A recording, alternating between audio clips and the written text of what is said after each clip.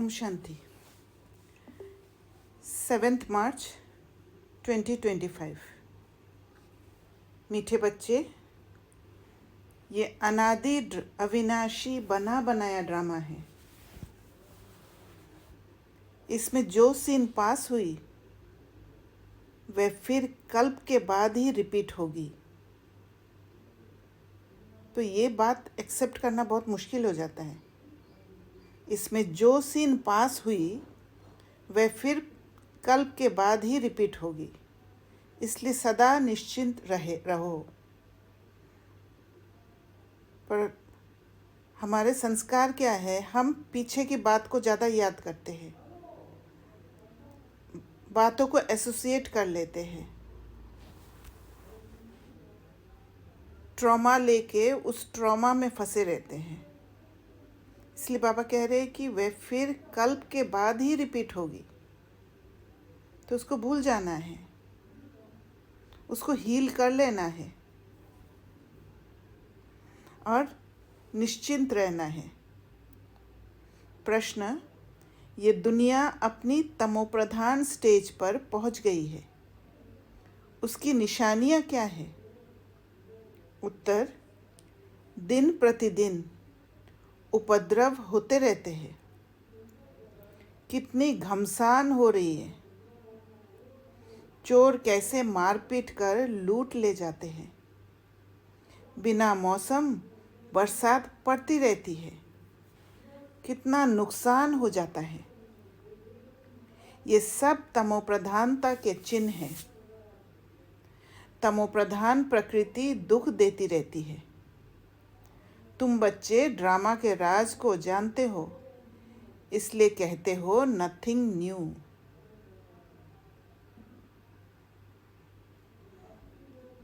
तो ड्रामा के बारे में जब अच्छी तरह नॉलेज हो जाता है, जब बार बार स्वदर्शन चक्र फिराते हैं, आदि मध्य अंत को जानते हैं, ड्रामा के साथ रिश्ता जुड़ जाता है, तब उस कॉन्शियसनेस में आते हैं कि नथिंग न्यू।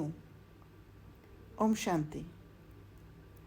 अभी तुम बच्चों पर ज्ञान की वर्षा हो रही है।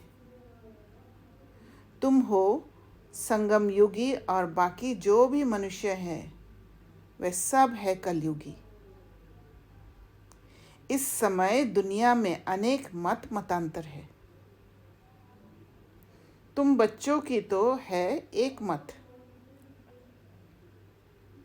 जो एक मत भगवान की ही मिलती है। तो बाबा जो मत दे रहे हैं, जो श्रीमत दे रहे हैं, वो श्रीमत एक मत है। पर अनेक मतांतर तब हो जाता है जब मनुष्य मत को हम मिक्स कर लेते, परमत और मनमत वो मिक्स कर लेते हैं, तो भिन्न भिन्न तरीका से हम परसीव करने लग जाते हैं और अनेक मतांतर हो जाता है।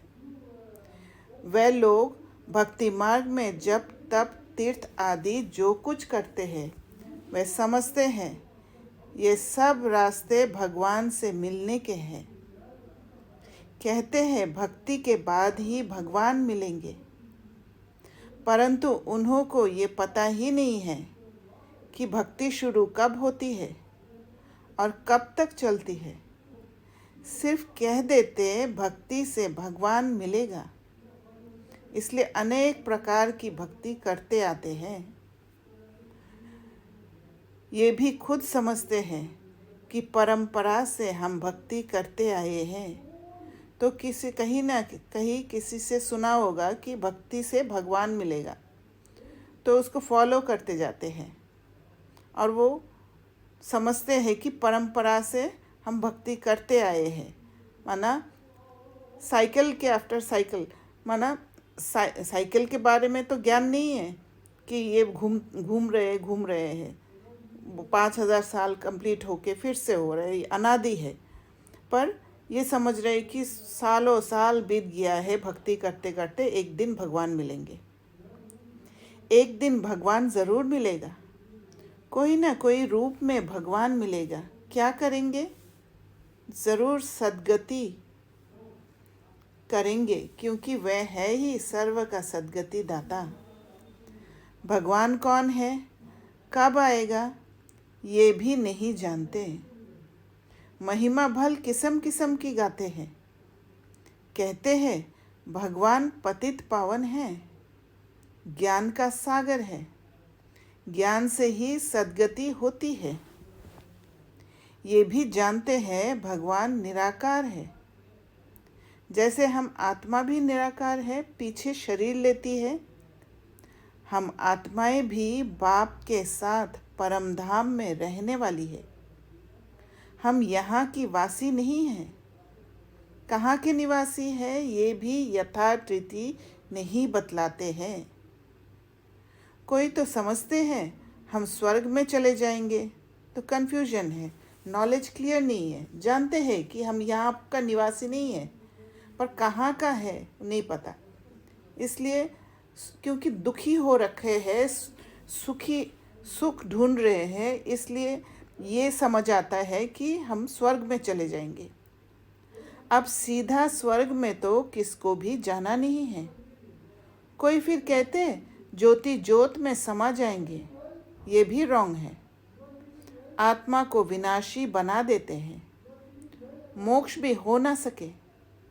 जबकि कहते हैं बनी बनाई ये चक्र फिरता रहता है। हिस्ट्री ज्योग्राफी रिपीट होती है, परंतु चक्र कैसे फिरता है ये नहीं जानते। ना चक्र को जानते, ना ईश्वर को जानते। भक्ति मार्ग में कितना भटकते हैं। भगवान कौन है ये तुम जानते हो। भगवान को फादर भी कहते हैं तो बुद्धि में आना चाहिए ना। लौकिक फादर भी तो है, फिर हम उनको याद करते हैं तो दो फादर हो गए, लौकिक और पारलौकिक। उस पारलौकिक बाप से मिलने के लिए इतनी भक्ति करते हैं। वे परलोक में रहते हैं। निराकारी दुनिया भी है ज़रूर। तुम अच्छी रीति जानते हो, मनुष्य जो कुछ करते हैं वह सब है भक्ति मार्ग। रावण राज्य में भक्ति ही भक्ति होती आई है। रावण राज्य में रावण ने बुद्धि को ताला लगा दिया, और बुद्धि को ताला लगा देने के कारण कोई भी अपना बुद्धि को यूज़ नहीं करते हैं। किसी एक ने कहा और भक्त बनकर उसको फॉलो कर लिया, तो उसको भक्ति कहते हैं। इसलिए ज्ञान हो ना सके। भक्ति से कभी सद्गति नहीं हो सकती, क्योंकि बुद्धि का कोई डेवलपमेंट नहीं होता है, बुद्धि क्लीन नहीं होता है, बुद्धि में परिवर्तन नहीं आता है, पत्थर की पत्थर ही रह जाता है। सद्गति करने वाले बाप को याद करते हैं तो ज़रूर वे कभी आकर सद्गति करेंगे। तुम जानते हो ये बिल्कुल ही तमोप्रधान दुनिया है। सतोप्रधान थे, अभी तमोप्रधान है। कितने उपद्रव होते रहते हैं। बहुत घमसान हो रही है। चोर भी लूटते रहते हैं। कैसे कैसे मार पीट कर चोर पैसे लूट ले जाते हैं। ऐसी ऐसी दवाइयाँ है जो सुंघाकर बेहोश कर देते हैं। ये है रावण राज्य। रावण राज्य में रावण का संस्कार बढ़ते जाता है। रावण का संस्कार का उन्नति होता है। ये बहुत बड़ा बेहद का खेल है। इसको फिरने में 5000 वर्ष लगते हैं। खेल भी ड्रामा मिसल है, नाटक नहीं कहेंगे। नाटक में तो समझो कोई एक्टर बीमार पड़ता है तो अदली बदली कर लेते हैं। इसमें तो ये बात हो ना सके। तो आज बाबा कह रहे हैं कि ये नाटक नहीं कहेंगे, ड्रामा है पर नाटक नहीं है, क्योंकि इसमें एक्टर अदली बदली नहीं हो सकता है। इसमें तो ये बात हो ना सके, ये तो अनादि ड्रामा है ना। समझो कोई बीमार हो पड़ता है तो कहेंगे ऐसे बीमार होने का भी ड्रामा में पार्ट है। ये अनादि बना बनाया है। मतलब बीमार होने से ऐसे नहीं है कि ड्रामा से अलग चले जाते हैं और फिर वो ड्रामा का सीन नहीं है। नाटक में ऐसे होता है कि नाटक के बाहर गया तो वो नाटक का सीन नहीं होता है, पर ड्रामा में वो सीन भी इंक्लूडेड होता है कि वो बीमार है। और किसको तुम ड्रामा कहो तो मूंझ जाएंगे। तुम जानते हो ये बेहद का ड्रामा है। कल्प बाद फिर भी यही एक्टर्स होंगे। जैसे अभी बरसात आदि पड़ती है, कल्प बाद फिर भी ऐसे ही पड़ेगी। यही उपद्रव होंगे। तुम बच्चे जानते हो ज्ञान की बरसात तो सभी पर पड़ नहीं सकती है, लेकिन ये आवाज़ सभी के कानों तक अवश्य जाएगा कि ज्ञान सागर भगवान आया हुआ है। तुम्हारा मुख्य है योग। ज्ञान भी तुम सुनते हो, बाकी बरसात तो सारी दुनिया में पड़ती है। तो ज्ञान का बरसात पड़ रहा है, पर सुनाई हमको देते हैं क्योंकि हमारा कान खुला है। और वो कौन सा कान है? वो अंदर का कान है, वो सटल कान है। तुम्हारे योग से स्थायी शांति हो जाती है। तुम सबको सुनाते हो कि स्वर्ग की स्थापना करने भगवान आया हुआ है, परंतु ऐसे भी बहुत हैं जो अपने को भगवान समझ लेते हैं। तो तुमको फिर कौन मानेगा? इसलिए बाप समझाते हैं, कोटों में कोई निकलेंगे। जो समझते हैं, जो रिसीव करने के लिए तैयार है, वही समझते हैं, वही निकलते हैं। तुम्हारे में भी नंबरवार जानते हैं भगवान बाप आया हुआ है। बाप से तो वर्षा लेना चाहिए ना। कैसे बाप को याद करो वह भी समझाया है। अपने को आत्मा समझो। मनुष्य तो देह अभिमानी बन गए हैं। बाप कहते हैं मैं आता ही तब हूँ जब सभी मनुष्य आत्माएं पतित बन जाती हैं। तुम कितने तमो प्रधान बन गए हो। अब मैं आया हूँ तुमको सतो प्रधान बनाने। कल पहले भी मैंने तुमको ऐसे समझाया था। तुम तमो प्रधान से सतो प्रधान कैसे बनेंगे? सिर्फ मुझे याद करो। और बाबा को याद करने के लिए अपने को आत्मा समझना है। सेल्फ कनेक्शन होना बहुत ज़रूरी है और उसके लिए सेल्फ लव की ज़रूरत है। दूसरे के प्यार में फंसे रहेंगे तो फिर बाबा से कनेक्शन बिल्कुल नहीं होगा। मैं आया हूँ तुमको अपना और रचना का परिचय देने। उस बाप को सभी याद करते ही है रावण राज्य में। आत्मा अपने बाप को याद करती है। बाप है ही अशरीरी, बिंदी है ना। तो जैसा है, जैसे लाइक माइंडेड एक दूसरे को समझ जाते हैं, वैसे जब अपने को आत्मा समझते हैं, सेल्फ कनेक्शन होता है, तो फिर वो बाबा के साथ भी कनेक्शन होता है, क्योंकि एक जैसे बन जाते हैं, एक जैसे स्वरूप में टिक जाते हैं।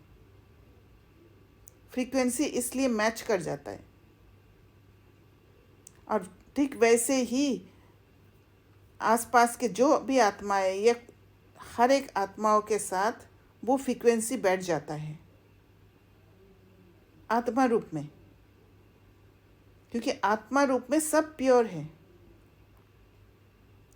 उनका नाम फिर रखा गया है तुमको कहते हैं सालिग्राम और बाप को कहते हैं शिव। तुम बच्चों का नाम शरीर पर पड़ता है, तो आत्मा का जो नाम सालिग्राम रखा है वो कॉमन नाम है सबके लिए, क्योंकि आत्मा के हिसाब से वो सेम क्वालिटी में टिकते हैं। बाप तो है ही परम आत्मा, उनको शरीर तो लेना नहीं है, उसने इनमें प्रवेश किया है। ये ब्रह्मा का तन है, इनको शिव नहीं कहेंगे। आत्मा नाम तो तुम्हारा है ही, फिर तुम शरीर में आते हो। वह परम आत्मा है, सभी आत्माओं का पिता। तो सभी के दो बाप हो गए, एक निराकारी, एक साकारी। इनको फिर अलौकिक वंडरफुल बाप कहा जाता है। कितने ढेर बच्चे हैं। मनुष्य को ये समझ में नहीं आता है, प्रजापिता, ब्रह्मा कुमार, कुमारियाँ इतने ढेर है, ये क्या है, किस प्रकार का यह धर्म है, समझ नहीं सकते। तुम जानते हो ये कुमार कुमारी प्रवृत्ति मार्ग का अक्षर है ना। माँ बाप, कुमारी और कुमार। भक्ति मार्ग में तुम याद करते हो तुम माता पिता, अभी तुमको माता पिता मिला है। तो उस समय तो रट रट के कहते थे, क्योंकि भक्ति है, बुद्धि नहीं लगाया कि क्या कह रहे हैं हम। तुमको एडप्ट किया है। सतयुग में एडप्ट नहीं किया जाता है, वहाँ एडप्शन का नाम नहीं, यहाँ फिर भी नाम है। वह है हद का बाप, ये है बेहद का बाप। बेहद की एडप्शन है। ये राज बहुत ही गुह्य समझने लायक है, बेहद का एडप्शन। तुम लोग पूरी रीति किसको समझाते नहीं हो। पहले पहले अंदर कोई आते हैं, बोले गुरु का दर्शन करने आए हैं, तो तुम बोलो कि ये कोई मंदिर नहीं है। बोर्ड पर देखो क्या लिखा हुआ है, ब्रह्मा कुमार कुमारियाँ ढेर है। ये सब प्रजापिता के बच्चे हो गए। प्रजा तो तुम भी हो। भगवान सृष्टि रचते हैं, ब्रह्मा मुख कमल द्वारा हमको रचा है। हम है ही नई सृष्टि के, तुम हो पुरानी सृष्टि के। नई सृष्टि का बनना होता है संगम युग पर।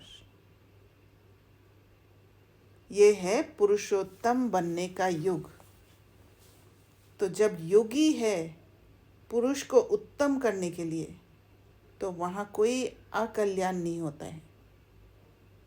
तो हर कुछ के पीछे कल्याण की बात होता है। तो हमें ढूंढना है कि क्या कल्याण है इसके पीछे, ना कि अकल्याण समझ के उसमें फंस जाना है। तुम संगम युग पर खड़े हो, वह कलयुग में खड़े हैं। जैसे कि पार्टीशन पड़ गई है।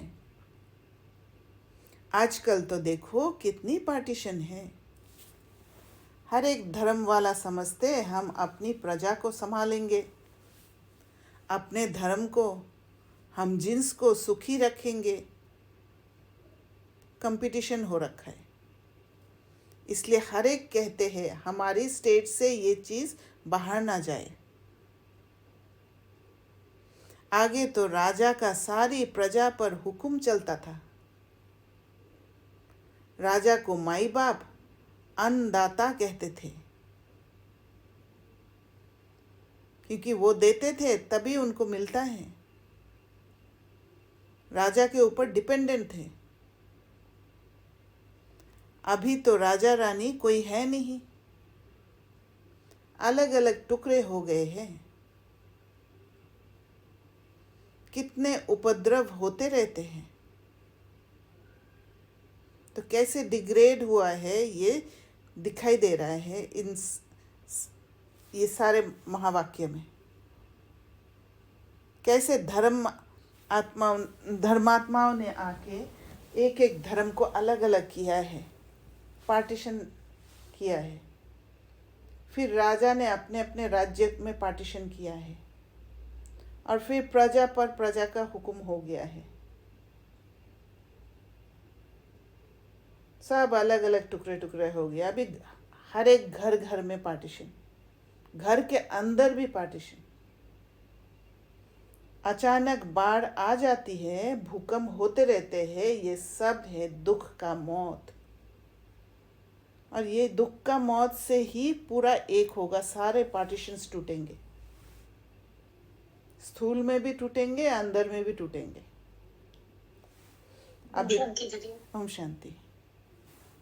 तो दीदी, अगर बाबा इसको बोल रहे हैं कि दुख का मौत, पार्टीशंस है, तो बाबा में क्या बताना चाह रहे हैं इससे कि इतने पार्टीशंस हो गए, इतने टुकड़े टुकड़े हो गए हैं, हम लोग डिसइंटीग्रेट हो गए, तो वैराग्य आएगा अंत में सबको, इसलिए या हमारा तो है ही बेहद का वैराग्य। एक्चुअली क्या होगा कि ऐसे तो क्या है, होल स्लॉट में कुछ कर नहीं सकते हैं। आप कितने को परिवर्तन करेंगे जा जाके, सिर्फ परिचय ही दे सकते बाबा का, राइट?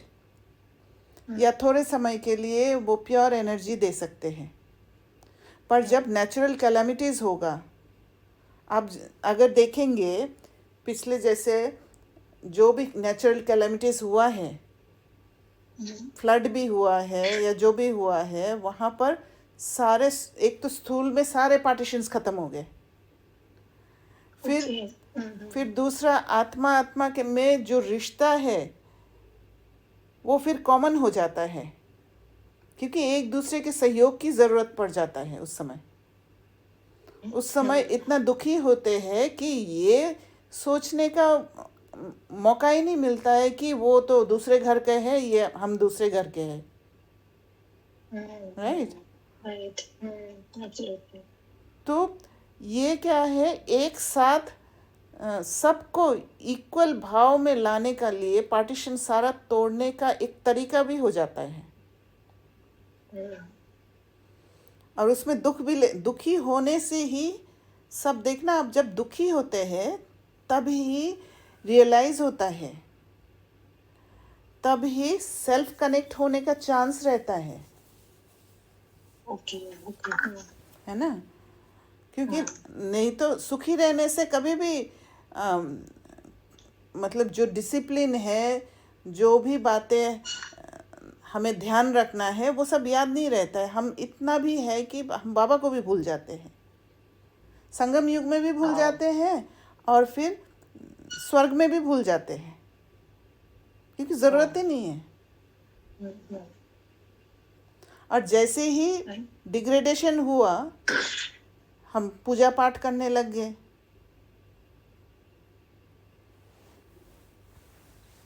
बट कभी तो इतना बिलीव भी नहीं करते लोग, पूजा पाठ भी करते हैं तो उनके अंदर विश्वास तो है ही नहीं किसी बात का भी। विश्वास उनका वो मूर्ति पर है, मूर्ति पर डेफिनेटली है, क्योंकि जब दुखी होते हैं तो वो विश्वास लेके ही मंदिर में आते हैं, राइट? नहीं तो वो मंदिर में आते क्यों? विश्वास ये है कि मंदिर में जाने से, पूजा करने से, या इतने सोमवार व्रत करने से सफल होगा, ये विश्वास पर ही तो करते हैं। पर अंधश्रद्धा वाला विश्वास, समझते नहीं है, समझ बिल्कुल नहीं होता है। किसी ने कह दिया, फॉलो कर दिया, उस पर विश्वास कर दिया।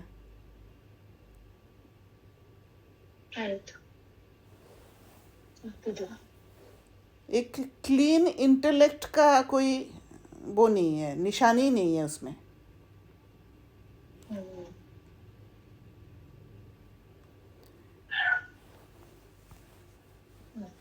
अभी तुम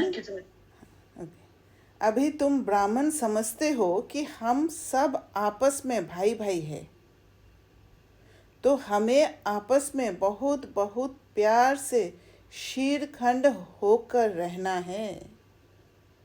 बाबा शीरखंड के लिए कहते हैं। और शीरखंड क्या है? तो आज मैं जब सोच रही थी, शीरखंड जो है, शीर है वो, शीरखंड बनता है राइस और मिल्क और शुगर मिक्स करके। तो राइस जैसे हार्ड रहता है, और जब मिल्क के साथ मिक्स करते हैं तो वो दूध क्या करता है, वो राइस को सॉफ्ट कर देता है, वो रिजिडिटी को ख़त्म कर देता है, और उसके अंदर दूध चला जाता है। तो एक हार्मोनाइजेशन होता है, एक हार्मनी रिलेशन हो जाता है वो राइस और दूध का, और फिर वो मिठास होता है शुगर। तो बाबा वो संबंध जो हार्मनी रिलेशन है, वो रिलेशन को शीरखंड के लिए कहा है, जहाँ पर एक दूसरे को सहयोग देके उनका वो रिजिडिटी को ख़त्म करके एक हार्मनी रिलेशन मेंटेन करना। हम एक बाप के बच्चे हैं, तो आपस में बहुत प्यार होना चाहिए। राम राज्य में शेर बकरी जो एकदम पक्के दुश्मन हैं, वह भी इकट्ठे पानी पीते हैं। तो कैसे दुश्मनी खत्म हो जाता है, वो रिजिडिटी खत्म हो जाता है। यहाँ तो देखो घर घर में कितना झगड़ा है, नेशन नेशन का झगड़ा आपस में ही फूट पड़ती है। और ये सारे अनेक मत और पार्टीशन, जैसे डिफरेंट डिफरेंट मत होते हैं, उसमें भी पार्टीशन, मत में भी पार्टीशन होता है, अनेक मतें हैं।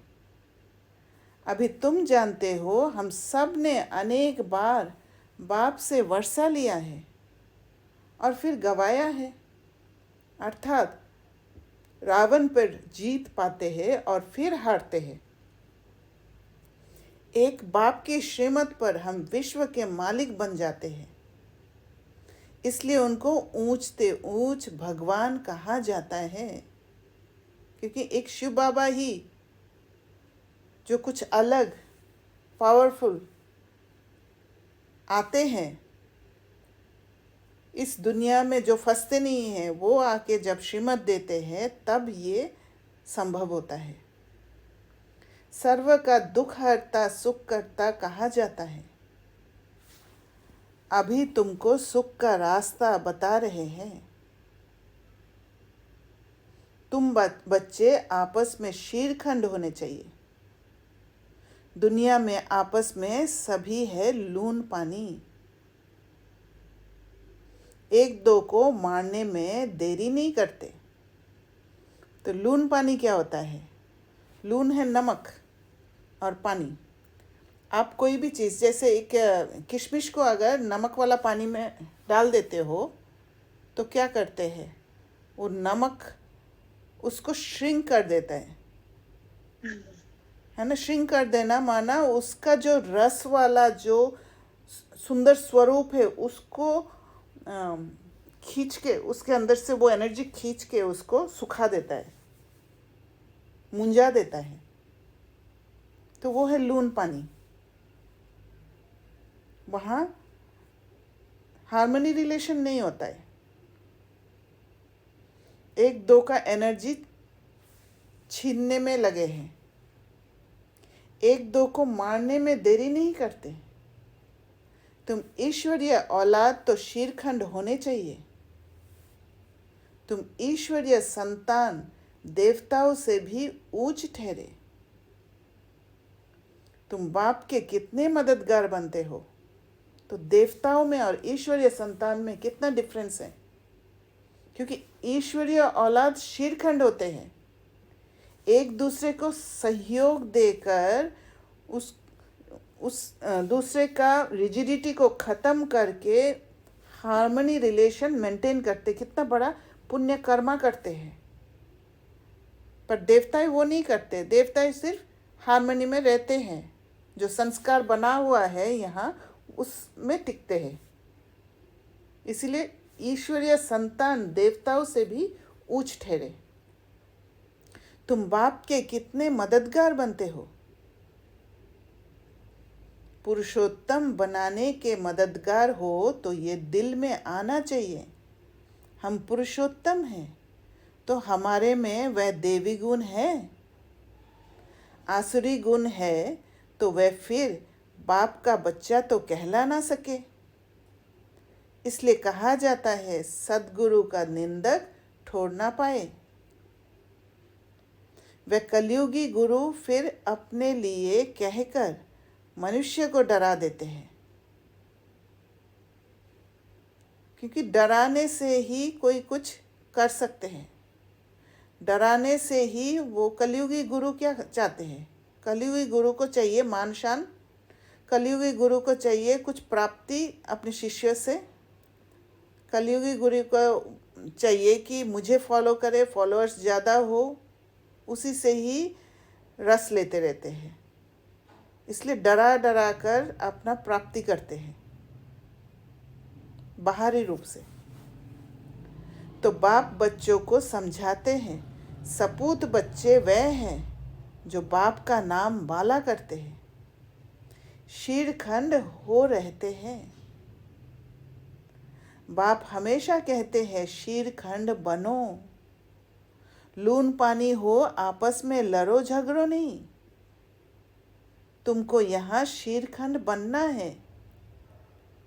आपस में बहुत लव चाहिए, और आपस में जब लव होगा तभी एक दूसरे का सहयोग कर सकते हैं, क्योंकि तुम ईश्वरीय औलाद हो ना। ईश्वर मोस्ट लवली है, तब तो उनको सभी याद करते हैं। तो तुम्हारा आपस में बहुत प्यार होना चाहिए, नहीं तो बाप की इज्जत गवाते हो। ईश्वर के बच्चे आपस में लून पानी कैसे हो सकते? फिर पद कैसे पा सकेंगे?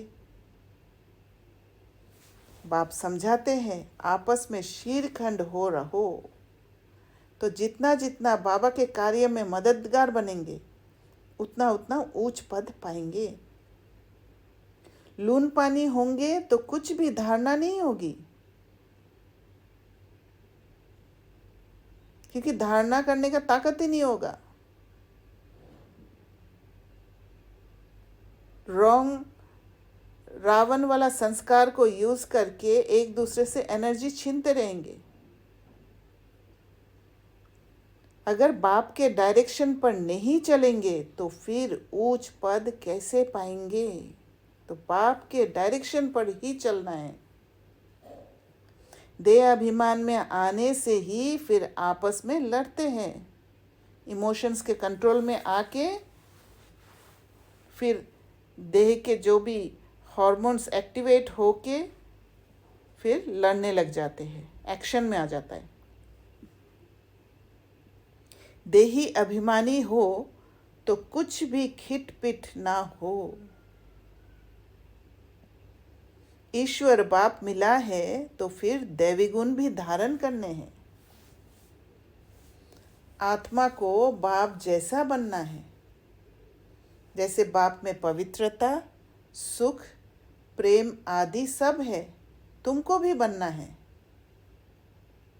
नहीं तो ऊंच पद पा नहीं सकते। पढ़कर बाप से ऊंच वर्षा पाना है। बहुतों का जो कल्याण करते हैं वही राजा रानी बन सकते हैं, बाकी दास दासियां जाकर बनेंगे, क्योंकि बहुतों का कल्याण वही कर सकता है जो खुद राजा होते हैं, जो खुद अपने इमोशंस के कंट्रोल में नहीं होते हैं, जो खुद अपने को परिवर्तन करते हैं, जो खुद बाबा के डायरेक्शंस पर चलने का हिम्मत रखते हैं। नहीं तो बाकी दास दासियां जाकर बनेंगे। समझ तो सकते हैं ना कौन कौन क्या बनेंगे? पढ़ने वाले खुद भी समझ सकते हैं। इस हिसाब से हम बाबा का क्या नाम निकालेंगे। ईश्वर के बच्चे तो मोस्ट लवली होने चाहिए, जो कोई भी देख खुश हो जाए। बाबा को भी मीठे वह लगेंगे। पहले घर को तो सुधारो। पहले घर को, फिर पर माना दूसरों को सुधारना है। खुद जब इमोशंस के कंट्रोल में नहीं आते हैं, इतना पावर हो जाता है, ट्रॉमा सारा हील हो जाता है, तब जाके दूसरों को सुधारना है। पहले ही अगर सुधारने का सोचे तो फिर उनसे शक्ति छीनने वाला बात हो जाएगा। गृहस्थ व्यवहार में कमल फूल समान पवित्र और शीरखंड होकर रहो। कोई भी देखे तो कहे, ओहो, यहाँ तो स्वर्ग लगा पड़ा है। अज्ञान काल में भी बाबा ने खुद ऐसे घर देखे हैं। तो स्वर्ग बनाना ये नहीं है कि किसी ने कुछ ऑर्डर किया और दासी बनकर उसको सत करके चलते रहे शांति के लिए घर में। वो रॉन्ग है। शीरखंड बनना है। और शीरखंड बनना माना वो सख्त चावल को नरम कर देना, दूध जैसे नरम कर देते उबालने से, और फिर उस चावल के अंदर घुस जाता है। एक हार्मनी रिलेशन बनाते हैं। किसी को परिवर्तन कर देना, सहयोग दे देना, रावण से लिबरेट होने का सहयोग। 6-7 बच्चे शादी किए हुए सब इकट्ठे रहते हैं। सब सवेरे उठकर भक्ति करते हैं। घर में एकदम शांति लगी रहती है। ये तो तुम्हारा ईश्वरीय कुटुंब है। हंस और बगुला इकट्ठा तो रह नहीं सकते। तुमको तो हंस बनना है। लून पानी होने से बाबा राजी नहीं होगा। बाप कहेंगे, तुम कितना नाम बदनाम करते हो। अगर शीरखंड होकर नहीं रहेंगे तो स्वर्ग में उच्च पद पा नहीं सकेंगे। बहुत सजा खाएंगे। बाप का बनकर फिर अगर लून पानी हो रहते हैं तो 100 गुना सजा खाएंगे। फिर तुमको साक्षात्कार भी होते रहेंगे कि हम क्या पद पाएंगे। अच्छा, मीठे मीठे सिकिलदे बच्चों प्रति माता पिता बाप दादा का याद प्यार और गुड मॉर्निंग। रूहानी बाप की रूहानी बच्चों को नमस्ते। हम रूहानी बच्चों की रूहानी बाप दादा को याद प्यार, गुड मॉर्निंग और नमस्ते। धारणा के लिए मुख्य सार। पहला पॉइंट, सदा ध्यान रहे हम ईश्वर के बच्चे हैं। हमें मोस्ट लवली होकर रहना है। और लवली होना माना क्या है? बाहर से प्यार से बोलना नहीं, अंदर जो लवली स्टेट है, आत्मा वाली स्टेट, उसमें टिकना है। जहाँ खुद के लिए स्टैंड करना है वहाँ स्टैंड भी करना पड़े। जहाँ किसी को रावण के संस्कार से लिबरेट करना है वो भी करना पड़े। विक्रम करने में किसी का साथ देने से लवली नहीं होते हैं। आपस में कभी भी लून पानी नहीं होना है। पहले अपने को सुधारना है, फिर दूसरों को सुधारने की शिक्षा देनी है। क्योंकि जब अपने को सुधार के वो ऑरा क्रिएट होगा, वो प्योर वाइब्रेशन का ऑरा क्रिएट होगा, तब दूसरे जब आपके उस ऑरा में आएंगे तब वो रिसीविंग मोड में आएंगे। और तब जब आप सुधारने के लिए कोई शिक्षा देंगे तो वो एक्सेप्ट करके चेंज करने की कोशिश करेंगे। नहीं तो वो सुनेंगे ही नहीं। अगर मेरा ऑरा नेगेटिव है तो उस आत्मा को ताकत ही नहीं मिलेगा। दूसरा पॉइंट, जैसे बाप में पवित्रता, सुख, प्रेम आदि सब गुण हैं, ऐसे बाप समान बनना है। ऐसा कोई कर्म नहीं करना है जो सद्गुरु का निंदक बने। अपनी चलन से बाप का नाम बाला करना है। वरदान।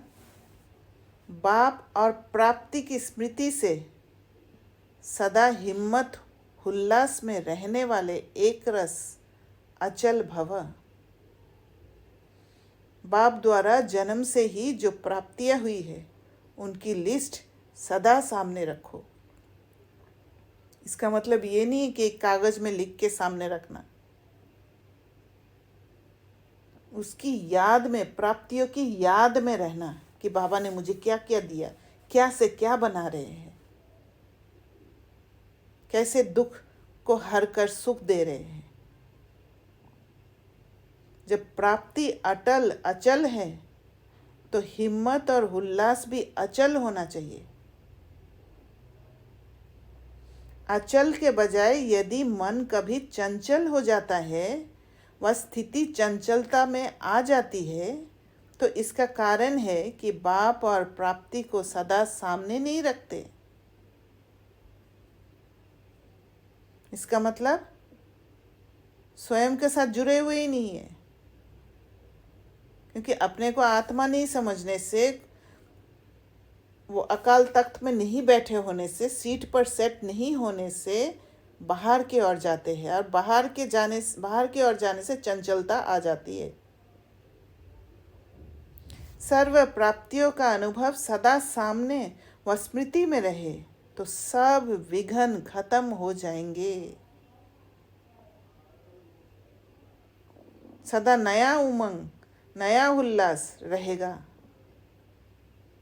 प्राप्तियों का स्मृति जब रहता है, कोई विघ्न सामने आया, जैसे ही प्राप्तियों का वो स्मृति आ जाएगा, बहुत इजीली वो विघ्न कन्वर्ट हो जाता है। उसको देखने का नज़रिया ही चेंज हो जाता है और फिर बच जाते हैं। स्थिति एक रस और अचल रहेगी। कभी नीचे गिरने का नौबत ही नहीं आएगा। स्लोगन। किसी भी प्रकार की सेवा में सदा संतुष्ट रहना ही अच्छे मार्क्स लेना है।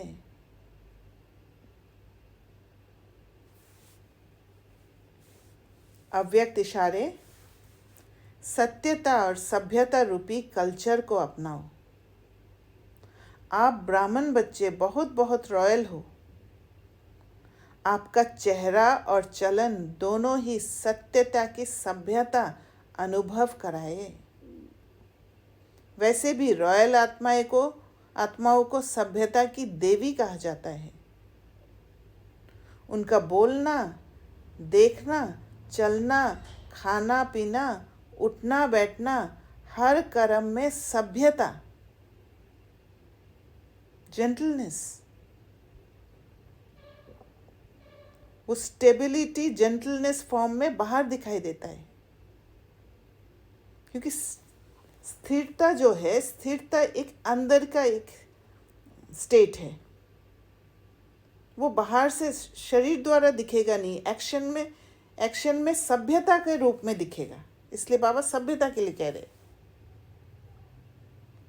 सत्यता स्वतः ही दिखाई देती है। जब कर्म में सभ्यता दिखाई देगा, तब पता चलेगा कि वो आत्मा अपने सीट पर सेट है। सत्यता दिखाई देता है। फिर ऐसे नहीं कि मैं तो सत्य को सिद्ध कर रहा हूं और सभ्यता हो ही नहीं। जैसे बाबा ने कल मधुरता, महानता, निर्माणता ये सब बोला है, ये सारा क्या है? एक्शन में दिखाई देता है। और वो अंदर वाला स्थिति द्वारा वो एक्शन में आता है। पर अगर हम बाहर से मधुर बोलने की कोशिश करते हैं आर्टिफिशियल वे में,